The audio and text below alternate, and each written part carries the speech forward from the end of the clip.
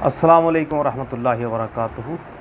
आज का जो हमारा टॉपिक है वो है कोरिया, CHORE, कोरिया। कोरिया का जो मतलब है उर्दू में से कहते हैं राशा। राशा का मतलब ये होता है हाथ पैर कांपना।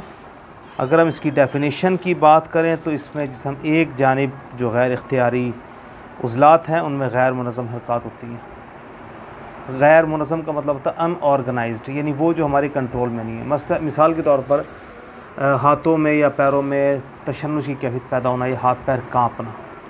उर्दू ज़बान में अमूमी तौर पर इसको हाथ पैर कांपना ही समझा जाता है और हाथ पैर कांपना ही इसको इस तरीके से डिफ़ाइन किया जाता है।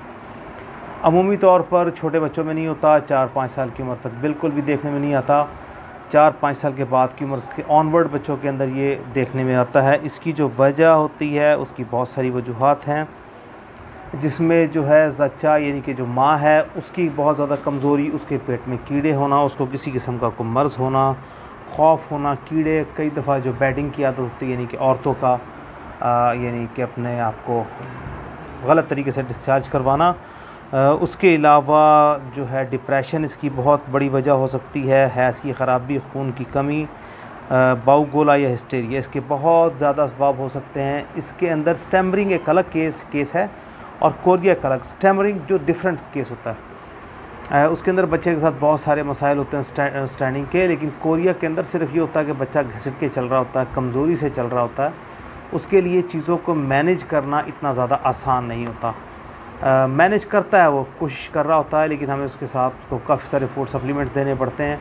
और आपको पता है जो बाई बर्थ डेफिशिएंसी है उसको कवर अप करना इतना आसान नहीं होता।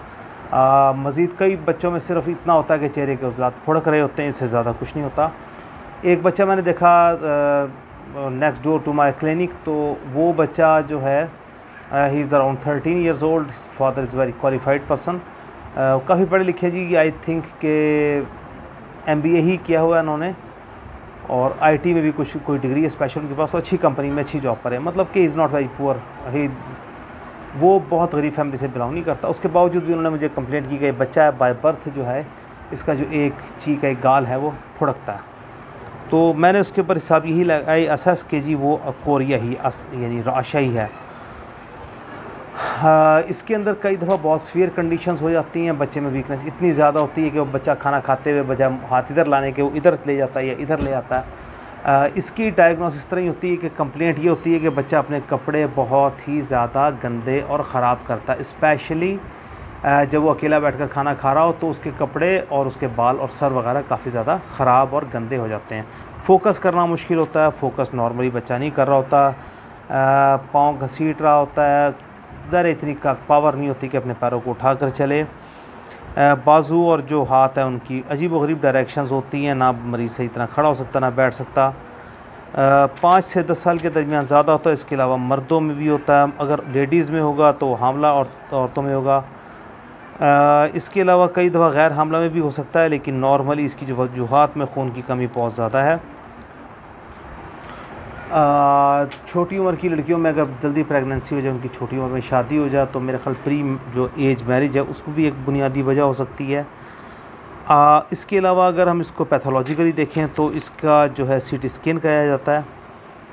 उसके अलावा अगर ये मसाइल बूढ़ों में पैदा हो तो फिर भी CT स्कैन होगा। उसके अंदर हम ये देखेंगे कि दिमाग का जो मैटर है वो सुकड़ तो नहीं रहा, यानी कि दिमाग अपने साइज़ से छोटा तो नहीं हो रहा। इसके अलावा जो है और कुछ टेस्ट किए जा सकते हैं। कोरिया को नॉर्मली तिब्बे यूनानी में भी और तिब्बे साबिर में भी आसाबी मर्ज़ ही समझा जाता है। पट्ठों की कमज़ोरी का मर्ज़ होता है। इसकी अगर हम ट्रीटमेंट के हवाले से बात करें तो इसके लिए 2 तरीक़ाकार इस्तेमाल किए जाते हैं। एक सेरिब्रोस्पाइनल जो चैनल है, यानी कि रीढ़ का कमर के मोरों वाला जो है उस पर जैतून या सरसों या कोई भी अवेलेबल जो ऑयल होता है मसाज वाला, उससे मसाज किया जाता है। तरीक़ाकार ये होता है गर्दन की नेक से लेके कॉक्सीजियल रीजन यानी कि कूल्हे की हड्डी तक ऊपर से नीचे की तरफ मसाज किया जाता है, उससे काफ़ी ज़्यादा रिलीफ़ होता है। मैंने भी इसका रिज़ल्ट काफ़ी अच्छा पाया। इसके अलावा एक बूटी होती है ऊद सलीब। ऊद सलीब नाज़रीन एक लकड़ी होती है जो इस यानी 1 इंच से लेकर 5, 6, 7 इंच तक भी बेसिकली ये जड़ होती है।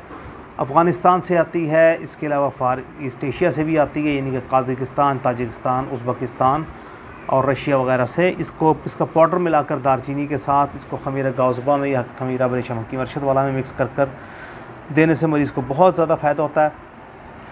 इसके अलावा जैसे हमने पहले आपसे अर्ज़ किया था एक और लेक्चर में कि तरियाक़ तबख़ीर जो है हकीम साबिर मुल्तानी साहब वाला शिंगरफ़ वाला, जिसमें शिंगरफ़ और दारचीनी और जावित्री वगैरह पड़ी होती है, वो आप जो है रहबर में से, रहबर नज़रिया मुफ़्त अज़ा में से या जो गाइड है उसके अंदर से देख लीजिएगा फार्मूला, एग्जैक्ट जो है फार्मूलेशन के साथ बनाइएगा। 125 मिलीग्राम तक जो है 5 साल से 10 साल तक के बच्चे को बहुत ज़्यादा सूट भी करता है और उसका फ़ायदा भी करता है। इसके अलावा ग़िज़ा में प्रोटीन का इस्तेमाल अक्सर औक़ात बहुत ज़्यादा फ़ायदा करता है, स्पेशली अगर आप उसे गोश्त और यखनी वगैरह ज़्यादा इस्तेमाल करवा रहे हो।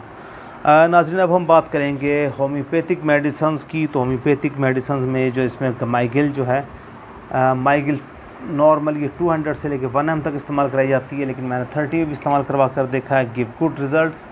तो इसके अंदर जो है ख़ास जो टॉनिक स्पैज़म वाली अलामतें होती हैं, इनके कोरिया हाथ पर भी कांपने और झटके भी लग रहे हैं, बहुत अच्छे तरीके से जाती है। दूसरी जो दवाई बहुत शानदार है वो मैगफॉस है, यानी कि मैग्नीशिया फॉस। इसके अंदर जो तशन्नुज एक तो होता है वो काफ़ी ख़त्म हो जाता है। राशा के साथ अगर तशन्नुज हो तो आप यकीन रखिएगा कि मैग्नीशिया फॉस दवाई। इसके अलावा सिमिशुगा है, ये भी नाज़रीन 30 से लेकर 1 mg तक इस्तेमाल होती है। इसके अलावा एगारैकस मैस्करस है। इस मरीज़ में जो है इस मर्ज़ में मरीज़ को जो है वो ऐसे लगता है जैसे झुंझुनाहट बहुत ज़्यादा हो रही है, लेकिन सर्दियों से लाजमी लगेगी। इसके अलावा एकोनाइट है। इसके अलावा कलकेरिया कार्ब एक बहुत शानदार दवाई होती है। राशा की जो एग्जैक्ट दवाई हो सकती है वो जिंकम मैट हो सकती है। जिंकम मैट के अंदर राशा की यानी कि कोरिया की अलामत बहुत ज़्यादा पाई जाती हैं। अगर आप कलकेरिया कार्ब देना चाहें तो कलकेरिया कार्ब का जो मरीज़ होगा उसकी ख़ास सिम्टम ये होगी कि वो जो है अपने पेट को पकड़ के रखता है, दबा कर रखता है।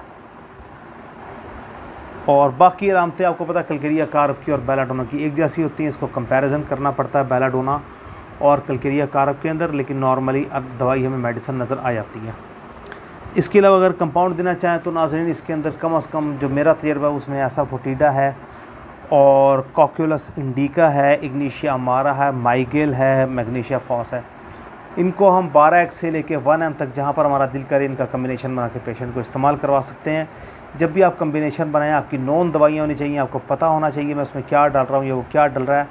और नॉर्मल जब कम्बिनेशन बनाते हैं तो उनको मिलाने के बाद 6-7 दिनों तक पड़ा रहने दें, ताकि वो एक नई दवाई प्रॉपर कंडीशन में फॉर्म में आ जाए और आप उसकी प्रूविंग कर सकें और उससे मरीज़ों को ज़्यादा से ज़्यादा फ़ायदा हो सके। उम्मीद है आपको आज का लेक्चर समझ आ गया होगा। अस्सलाम वालेकुम व रहमतुल्लाहि व बरकातहू।